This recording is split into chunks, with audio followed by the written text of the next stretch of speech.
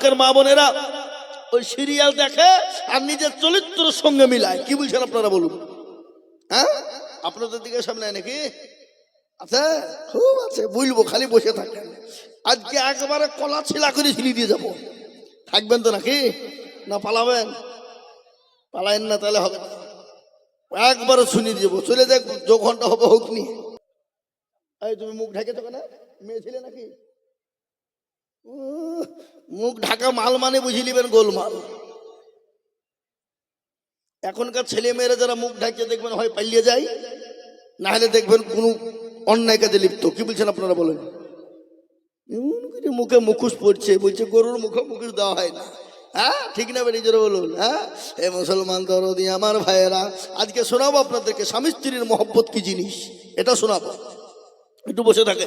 মুসলমান দরদি হযরতে জাফর ইবনে আবু তালিব তিনি চললেন, বাড়িতে গিয়ে দেখছেন বিবি কোরআনে কারিমা তেলাওয়াত করে। বলে, বিবি রে, আমি তোমার স্বামী এসেছি, জাফর তুমি আমার সালামটা না। বিবির সালামটা দিলে কোরআনটা বন্ধ করো। বিবি কোরআনটা বন্ধ করলো। বলে, বিবি রে, আমি তোমার স্বামী জিহাদের ময়দানে চলে গেলাম, আমার জন্য তুমি দোয়া করো। বিবি হাতটা তুলে দোয়া করবে, জাফরের কাছে চলে বলো তরবারি উল্টো পিঠ দিয়ে আঘাত করে বললো, বিবি রে, তুমি আমার জন্য দোয়া করো না, তোমার তো আল্লাহ দরবারে কবুল হবে না। বলে, কেন? আমার আল্লাহ আমাকে দ্বিতীয় সেনাপতি তৈরি করেছে, আমার আগেও একজন, আমার পরেও একজন। ও বিবি, তোমার দোয়া কবুল হবে না। আমি ইসলামের জন্য যাদের ময়দানে চললাম, আমার ছেলেগুলাকে তুমি মানুষ করে তাদেরকে যাদের ময়দানে যাওয়া তুমি তৈরি করো।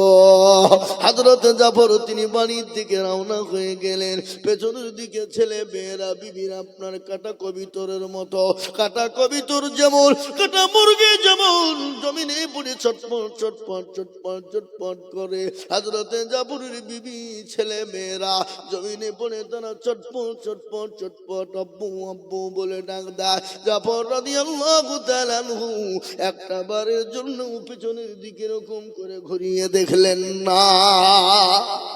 নারায়ে তাকবীর, নারায়ে তাকবীর। হযরতে জাফর রাদিয়াল্লাহু তাআলা আনহু তিনি চলে গেলেন যাদের ময়দানে দ্বিতীয় খলিফা, দ্বিতীয় সেনাপতি। তৃতীয় সেনাপতির নাম হলো হযরত আব্দুল্লাহ ইবনে রাওহা। নতুন বিবাহ করেছে, বিবির চেহারা কান তার মনে নাই, বিবিরও চেহারা কান মনে নাই স্বামীর চেহারা। বিবিকে বাড়িতে গিয়ে দেখছেন বিবি কোরআন তেলাওয়াত করে, স্বামীর অপেক্ষায় রয়েছে। বিবিকে বললেন, বিবি রে, আমি তোমার স্বামী আব্দুল্লাহ ইবনে রাওহা এসেছি, আমার সালামটা একবার নাও, আর আমার জন্য তুমি একটু দোয়া করবা, আমি যাদের ময়দানে চলে গেলাম। বিবিকে বললেন, বিবি রে, আমার জন্য দোয়া করবা। বিবি পেছন থেকে ঘরের ভিতর দিকে দাঁড়িয়ে বললেন, স্বামী গো, আমি যাদের আপনার জন্য দোয়া করবো, আপনাকে বাধা দিব না। স্বামী, আপনি যাদের ময়দানে যাবেন যান, আপনি একটা বাড়ির জন্য ভিতরে আপনি ঢুকে আসুন, আমি আপনার চেহারা কান দেখবো, আপনি আমার চেহারা কান দেখবেন।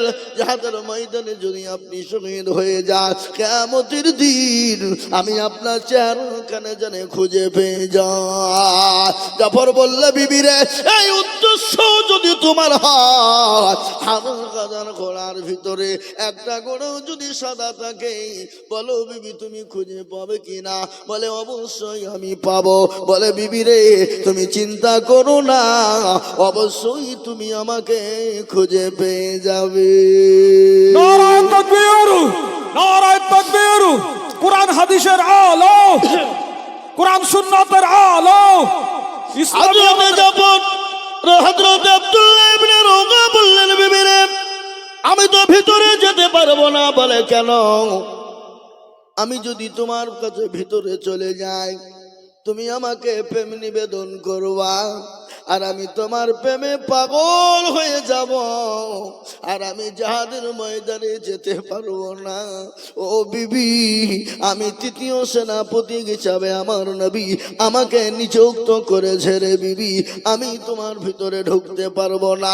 বিবি বলেন স্বামী গো, খোদার কসম করে বলি আমি আপনাকে প্রেম নিবেদন করব না, কিন্তু স্বামী গো, মদিনার সব থেকে সুন্দরী রমণী হলাম আমি, যাকে বলা হয় জান্নাতের হুর, আমি সব থেকে সুন্দরী রমণী গো স্বামী, আপনি একটা বাড়ির জন্য ভিতরে আসুন, আমি আপনাকে কোন রকম প্রেম নিবেদন করব না। বিবিকে বললেন বিবি রে, তুমি যতই সুন্দরী হও যাই হও না কেন, আমি আমার নবীকে কথা দিয়েছি আমি বাড়ির ভিতরে কোন রকম ঢুকতে পারবো না। কে নবীর প্রেমিক, নবীকে কতটা প্রেমিক ভালোবাসে, হাদিসের মধ্যে রাসূলুল্লাহ বললেন আল্লাহি ওয়াল্লাহি ওয়াল্লাহি লা ইউমিনু আহাদুকুম হাত্তা কুনা হাব্বা ইলাই মিন ওয়ালিদিহি ওয়া ওয়ালাদিহি ওয়ান নাসি আজমাইন। রাসূলুল্লাহ বললেন অতক্ষণ পর্যন্ত সে মুমিন হতে পারবে না, অতক্ষণ পর্যন্ত সে মুত্তাকিন হতে পারবে না, অতক্ষণ পর্যন্ত প্রেমিক হতে পারবে না, অতক্ষণ পর্যন্ত আল্লাহওয়ালা হতে পারবে না, অতক্ষণ পর্যন্ত দিনদার হতে পারবে না, অতক্ষণ পর্যন্ত দিনদার হতে পারবে না, আল্লাহওয়ালা হতে পারবে না, নবীর প্রেমিক হতে পারবে না, দিনওয়ালা হতে পারবে না। সাহাবারা নবীকে এতটাই ভালোবাসতেন, রাসূলুল্লাহ বললেন অতক্ষণ পর্যন্ত তুমি মুমিন হতে পারবে না, কতক্ষণ পর্যন্ত হতে পারবে না, যতক্ষণ পর্যন্ত নিজের জীবনের থেকে বিবি বাচ্চা জমি গাড়ি বাড়ি ধন সম্পদের থেকে আল্লাহ তার রাসূলকে বেশি না ভালোবাসবে, ততক্ষণ পর্যন্ত তুমি মুমিন হতে পারবে না। তাই আমি আপনাদেরকে বলবো হুজুর গো, পৃথিবীর জমিনে যতদিন থাকবো আল্লাহ তার রাসূলকে নিজের জীবনের থেকে বেশি ভালোবাসবো।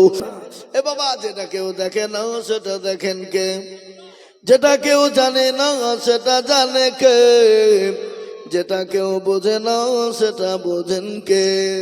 সবাই বলে আমি ভালো, আমি জানি কি আমার মনের গোপন খবর জানে আল্লাহ জি।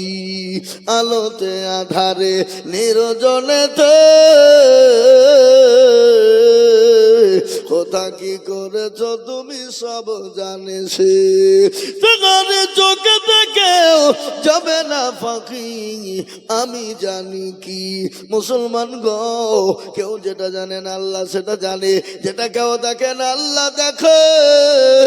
আজ আমি আপনাদেরকে বলবো বাবা, ইসলাম আছে থাকবে, রাসূলুল্লাহর দিন আছে থাকবে, পেয়ারা নবীর দিন আছে থাকবে, ইসলামকে কেউ মিটাতে পারবে না, কোরআনকে মিটাতে পারবে না।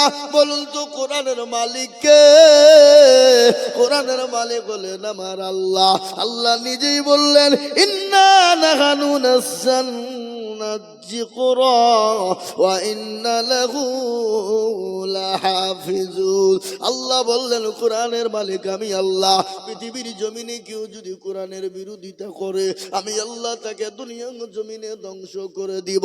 আজকে ওয়াসিম সরকার আমার কোরআনকে নিয়ে গালি দেয়, আল্লাহর কোরআনকে নিয়ে কুরুচিকর মন্তব্য করে, আল্লাহ তাকে ছেড়ে দিবে না। ওই উত্তর প্রদেশের রসিম রেজা বলে একজন ছিল রে বাবা, কয়েক বছর হয়ে গেল কোরআনের 26 আয়াতকে কেটে কেটে বাদ দিয়ে সুপ্রিম কোর্টে আপনার আপিল করলো, সুপ্রিম কোর্টে কেস করে দিল, বলে কোরআনের 26 আয়াতকে বাদ দিতে হবে। আপনার সুপ্রিম কোর্টের আইনজীবী জাজম্যান যিনি ছিলেন কোরআন থেকে 26 আয়াতকে বাদ দিতে চাইলো। মুসলমানরা গেলেন, উলামারা হযরতরা আলেমেরা গিয়ে বললেন ইয়া কি করে আপনি কোরআনের আয়াত বাদ দিবেন? এটা তো মানুষের রচিত বাণী নয়, এটা তো মানুষ লিখে নাই। বলে কে লিখেছে? বলে আপনাকে চেয়ারে বসিয়েছেন কে? বলে ওপরওয়ালা। এই চেয়ারের মালিক কে? বলে ওপরওয়ালা। আসমানের মালিক কে? বলে ওপরওয়ালা। জমিনের মালিক কে? বলে ওপরওয়ালা। এই দেখো দেখেছো, এরা উঠতে বুঝতে পেরেছে যে মৌলবী এবার আদায় করবে, চলো উঠে পালায়। বুঝলিয়েছে? কি বুঝলে? মানে আমাদের ভিতরেও কিছু কিছু মধ্যে আছে, নাই নাই এই কথা বলেন না। আছে না নাই? আমি আপনাদেরকে বলি, ওই মুসলমানরা বললেন, ওরা যিনি এই পৃথিবীতে তৈরি করতে যদি কোনো ভুল না হয়, যিনি আপনাকে চেয়ারে বসাতে কোনো ভুল না হয়, এত বড় পৃথিবীর মালিক যিনি, কোনো ভুল নাই, তিনি এই কিতাব লিখেছেন, এই কিতাবের মধ্যে কি করে ভুল হতে পারে? একটু বলবেন। জাজমেন্ট বলেছিলেন, অসীম অসীম রেজা, তুমি শুনে নাও, তোমার কেন তোমার বাপেরও ক্ষমতা নাই কোরআন থেকে বাদ দিয়ে একটা আয়াত বাদ দিতে পারো। তুমি সময় নষ্ট করলে, সুপ্রিম কোর্টের সময় নষ্ট করার জন্য তোমাকে 5 লক্ষ টাকা তোমার নামে জরিমানা ধার্য করা হলো। সেই অসীম রেজার অস্তিত্ব নেই, তাকে এখন কেউ চিনে না, কেউ তাকে মানে না, বাড়ির ভিতর দিকে বেরোতে পারে না। তাই আমার আল্লাহর কোরআনের সঙ্গে বেয়াদবি করবে যারা, আল্লাহ তাদেরকে দুনিয়ার জমিনে ধ্বংস করে দিবে। একবার হাতটা উঁচু করে দিয়ে বলুন না ইনশাআল্লাহ। ইনশাআল্লাহ। নারায়ে তাকবীর। আমি এদের হাতটা আমার কোরআনকে জিজ্ঞাসা করুন, কোরআন বলে দিল, আলিয়াউমা নাকতিমু আলা আফওয়াহিহিম ওয়া তুকাল্লিমুনা আইদিহিম ওয়া তাশহাদু আরজুলুহুম বিমা কানু ইয়াকসিবুন। কিয়ামতের দিনে জবানে তালা মেরে দেবে, হাত বলবে কোন কাজে ব্যয় করেছিল, হাত বলবে মাবুদ গো। মাদ্রাসার বক্তা জিজুল বলেছিল, নবীর প্রেমিক প্রেমিক কারা, কোরআনের প্রেমিক কারা, ইসলামের প্রেমিক কারা? হাতটা তুলো, তারা হাতটা তোলার কারণে জাহান্নামটা হারাম হয়ে যাবে, জান্নাতটা ওয়াজিব হয়ে যাবে। জাহান্নাম বড় কঠিন রে বাবা। ওই আপনার আমার জন্য দুঃখিনী মা কবরে চলে গেছে, কখন চলে যাব আমরা? জীবনের কোনো গ্যারান্টি নাই, জানের কোনো গ্যারান্টি নাই, মানের কোনো গ্যারান্টি নাই। তাই এই কোরআনকে বাঁচানোর জন্য আমি আপনাদের কাছে একটু হাত পেতে দিব। বাপ গো, কত টাকা কত দিকে নষ্ট হয়ে যায়, বিবি বাচ্চা ছেলে মেয়ের পিছনে নষ্ট হয়, আত্মীয় স্বজন ডাক্তারের পিছনে নষ্ট হয়ে যায়। আমার আল্লাহর কোরআনকে হেফাজতের জন্য আমি আপনাদের কাছে একটু হাত পেতে দিব। আমি আজিজুল হক, সারা পশ্চিম বাংলা, নয় আসাম, ত্রিপুরা, মেঘালয়, মণিপুর, উড়িষ্যা, বিহার, ঝাড়খণ্ড, পশ্চিম বাংলা, বাংলাদেশের মাটি পর্যন্ত লক্ষ লক্ষ টাকা করে বলি। আজ আমি লক্ষ লক্ষ টাকা চাইব না। আজ এই সরবপুরের মাটিতে আমার আল্লাহর কোরআনকে বাঁচানোর জন্য বলে, হুজুর আমার কাছে জান আছে কিন্তু মাল নাই। ও হুজুর, আমি পরে অল্প অল্প করে দিয়ে শোধ করে দিব। তাই আমি মাত্র একবার ডাক দিব না রে তকবীর বলে, মাত্র 10,000 করে টাকা আমি একবার তকবীর দিব। সঙ্গে সঙ্গে হাতটা তুলে বলবেন, হুজুর গো, বহু টাকা বহু দিকে চলে গেছে, বিবি বাচ্চার পিছনে চলে গেছে, ছেলে মেয়ের পিছনে চলে গেছে, আত্মীয় স্বজনের পিছনে চলে গেছে, ডাক্তারের পিছনে চলে গেছে। হুজুর গো, আমি আল্লাহর কোরআনের জন্য 10,000 টাকা দেব। একবার মহাব্বত দিয়ে জোরে সরে বলি না রে তাকবীর, জোরে বলি না রে তাকবীর। ইনশাআল্লাহ এই মজলিসের জানে পিছনে সামনে উপরে নিচে আল্লাহর বান্দা দ্বীনের প্রেমিক, ইসলামের জন্য, আল্লাহর কোরআনকে খিদমত করার জন্য, আল্লাহর কোরআনকে টিকিয়ে রাখার জন্য অনেকের জন্য দুঃখিনী মা, অনেকের বাপ, অনেকের সন্তান কবরে চলে গেছে। তাদের রুহের মাগফিরাতে আমার আল্লাহর কোরআনের খিদমতের দরদি আমি আপনাদেরকে একটু শোনাই রে বাবা। আল্লাহ রাস্তায় যত দিব আল্লাহ বানিয়ে দিবে। আজকে আপনার জন্ম দুঃখিনী গর্ভধারিণী মা, আপনার মা জননী, যে মা নামাজ নদীন আপনাকে গর্বে করে নিয়ে বেড়ালো, যে মা নামাজ নদীন রাত্রি ঘুমায় না, যে মা রাত্রিতে বসতে পারে না, খেতে পারে না, শুতে পারে না, যে মা একটা দিন মানে 1 বছরের সমতুল্য, যে মা রাত্রিটা মানে 1 বছর রাত্রির সমতুল্য, ওই মা যখন নামাজ নদীন হয়ে যায়, গর্ভধারিণী মা স্বামীকে ডেকে বলেন, স্বামী গো, আমি আপনার সঙ্গে যদি কোন রকম কোনো বেয়াদবি করি, আপনি আমাকে আল্লাহ রাস্তায় ক্ষমা করবেন, মাফ করে দিবেন। স্বামী গো,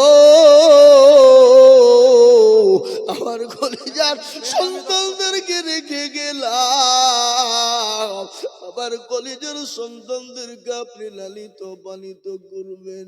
ওই মা যখন অপারেশন থিয়েটারে চলে যায়, মায়ের শরীরটা শুকিয়ে যায়, মায়ের সামনে যদি সমুদ্রের পানিটা এনে দেওয়া হয়, ওই মা মনে হয় সমুদ্রের পানিকে শেষ করে ফেলবে, তার শরীরটা তত্তর করে কাঁপে।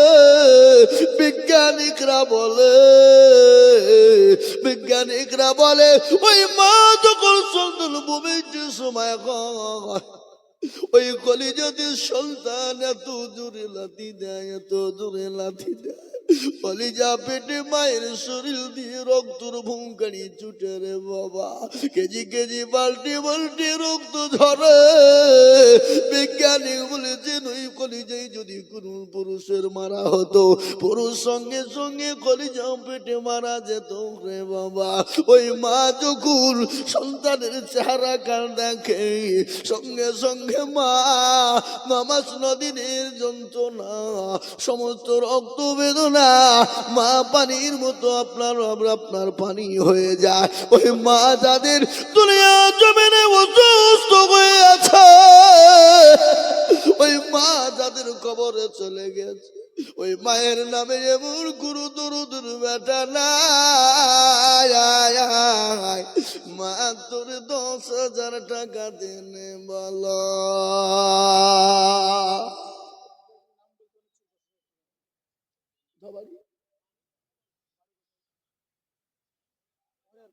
হরিহার পাড়া ও সরবপুরের লোক, ये लज्जा की बात है, इस शर्म आने चाहिए। হরিহার পাড়া থেকে এসে বলে হুজুর আমি ইনশাল্লাহ 10,000 টাকা দিব আল্লাহর কোরআনের মহব্বতে। ওগো শরীফপুরের মুসলমান, যে দেশে কোরআনের মাদ্রাসা থাকে, যেখানে কোরআনের তালিম হয়, আল্লাহর রহমত তাদের উপর বর্ষণ হয়। এ দেখেন দেখেন উঠতে দেখেন, এই আপনারা উঠছেন কেন, কি কাজ? আল্লাহ নবীর দলে কিছু দল থাকতো বুঝলেন, কখনো বলতে ইয়া রাসূলুল্লাহ আপনার দলে, আবার ওখান থেকে বেরিয়ে যে আবু জাহেলকে বলতে না মোহাম্মদের কাছে ইয়ার কি করতে গেছো, আসলে আপনার দলে। আল্লাহ বলেন নবী আপনি চিনেন না, যাদেরকে বন্ধু মনে করেন ওরা বন্ধু নয়, ওরা হলো পাকা মুনাফিক। কিন্তু জালসাত থামেন, যারা জালসাতে এসছে বুঝলেন, কিছু লোক বক্তব্য শুনছে, যখনই আদায় শুরু করবে তখন উঠে পালাবে, দেখবেন তারা মুনাফিক। কি ফিক জোরে বলুন, হ্যাঁ কি নাম? সুবহানাল্লাহ, জোরে বলি না রে তুমি, আল্লাহু আকবার। আর তো জোরে বলি না রে তাকবীর। বেনামিতে দুটো 10,000 হয়ে যাবে। যে আল্লাহু আকবার হাতটা দিলে দোয়া করবো, বাপ এক্ষুনি দোয়া করবো, কিন্তু আর একটা 10,000। 3 নম্বরে নবী বললেন মান তামাসসাকা বিসুন্নাতি ইনদা ফাসাদি উম্মতি ফালাহু আজরুন মিয়াতিন শাহীদিন। নবী আমার বলে গেলেন ফিতনার জামানায় যারা নবীর একটা সুন্নতকে জিন্দা করে দিবে, তার আমলনামায় আল্লাহ 100 শহীদের মর্যাদা দিয়ে দেবে। বলে হুজুর গো আমার কাছে জানাতে পারলাই, ও হুজুর আমি পরে অল্প অল্প করে দিয়ে সারা বছরের মধ্যে শোধ করে দিব।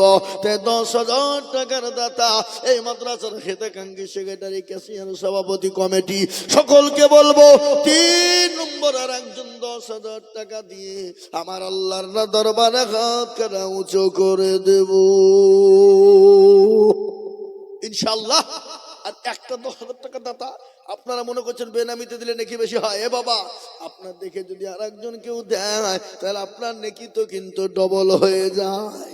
তাই আমি আপনাদেরকে বলি বাপ 2 নম্বর 10,000 হয়ে গেল, 3 নম্বরের একটা আল্লাহর বান্দাকে বলবো আমি আল্লাহ দরবারে একটু হাতটা তুলে দোয়া করবো। বাবা কে আছে বাপ, একটু হাতটা তুলে দিয়ে 10,000 টাকা হাতটা তুলবো